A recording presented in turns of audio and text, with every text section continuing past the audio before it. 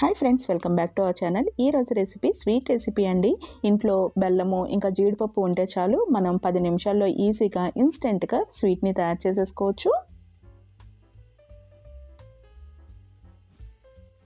ఈ instant sweet తయారు చేయడం కోసం ముందుగా ఒక ప్లేట్ తీసుకుని దానిపైన కొంచెం నెయ్యి వేసుకుని ఇలా మొత్తం అంతా కూడా స్ప్రెడ్ చేసుకోవాలి.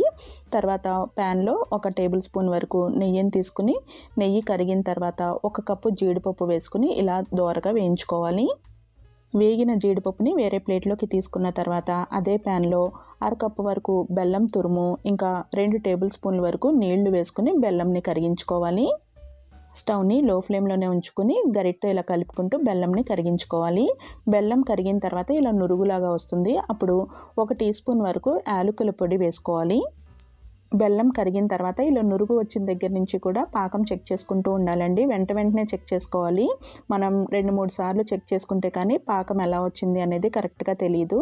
ఇక్కడ చూసారు కదా, ఇలా నీళ్ళల్లో వేసుకుని ఈ పాకంని వేసినప్పుడు ఇలా మనకి ఇలా ఉండ కట్టినప్పుడు రౌండ్గా కొంచెం ఉండలాగా రావాలి. అలాగే ఇలా లాగితే జిగురుగా ఉండాలన్నమాట. ఇలా పాకం ఉంది అంటే మనం జీడిపప్పు వేసుకున్న తర్వాత మళ్ళీ కలుపుతాం కదా, అప్పటికి కరెక్ట్గా ఉంటుంది. పాకము బాగా గట్టిపడిన తర్వాత పప్పులు వేసామనుకోండి, ఈ పప్పులంతా కూడా ఈ పాకంకి పట్టేటప్పటికి ఈ పాకం ఇంకొంచెం చిక్కబడిపోయి ఇంకా గట్టిగా అయిపోతుందన్నమాట.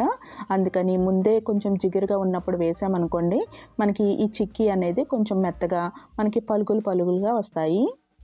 పాకంలోకి జీడిపప్పుల్ని ఇలా బాగా కలుపుకున్న తర్వాత ప్లేట్లోకి నెయ్యి రాసుకుని ఉంచుకున్నాం కదండి, ఆ ప్లేట్లోకి ట్రాన్స్ఫర్ చేసేసుకుని స్ప్రెడ్ చేసుకోవాలి. ఒక 10 నిమిషాలకి చక్కగా చల్లారిపోతుంది, సర్వింగ్కి సిద్ధమైపోతుంది. చూసారు కదా, మనకి చేత్తో విరిపేలాగా ఉండాలన్నమాట.